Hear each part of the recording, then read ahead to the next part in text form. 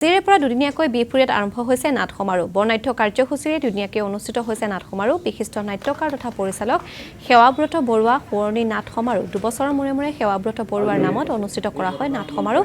সমাৰোহত পতাকা উত্তোলন কৰে প্ৰাক্তন বিধায়ক দেৱানন্দ হাজৰিকাই। সেৱাব্ৰত বৰুৱাৰ প্ৰতিচ্ছবিৰ সন্মুখত বন্তি প্ৰজ্বলন কৰে স্মৃতি সূৰ্য গোলক চন্দ্ৰ হাজৰিকাই।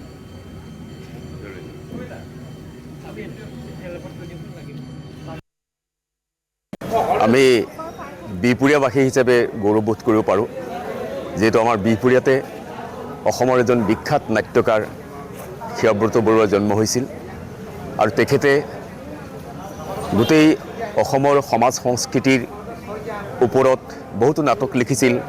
এক প্ৰতিবাদী কণ্ঠ আছিলে, সেই প্ৰতিবাদ কৰিছিল তেখেতে নাটকৰ মাজেৰে। তেখেত আমাৰ মাজৰ পৰা হেৰাই গৈছে। প্ৰয়াত সেৱাব্ৰত বৰুৱাৰ স্মৃতি যুগমীয়া কৰি ৰাখিবলৈ বা তেখেতক শ্ৰদ্ধা জনাবৰ কাৰণে বিহপুৰীয়াত আমি দুদিনীয়াকৈ সেৱাব্ৰত বৰুৱা সাংস্কৃতিক মঞ্চৰ উদ্যোগত নাট সমাৰোহ আৰু বিভিন্ন কাৰ্যসূচী আমি অনুষ্ঠিত কৰিবলৈ লৈছোঁ। তাৰে প্ৰথম কাৰ্যসূচী হিচাপে আজি আমাৰ পতাকা উত্তোলন ইতিমধ্যে 9:45 আৰম্ভ হৈ সম্পন্ন হৈছে। ইয়াৰ পিছতেই স্মৃতি তৰ্পণ আমাৰ সম্পন্ন হৈছে। ইয়াৰ পিছতেই আজিৰ কাৰ্যসূচীত এটা খুব সুন্দৰ অনুষ্ঠান ৰখা হৈছে, প্ৰীতি সন্মিলন।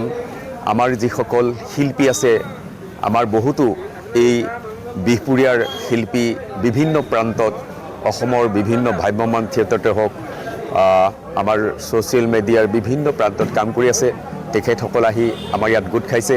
আমি সকলোৱে সেৱাব্ৰত বৰুৱাৰ যি স্মৃতি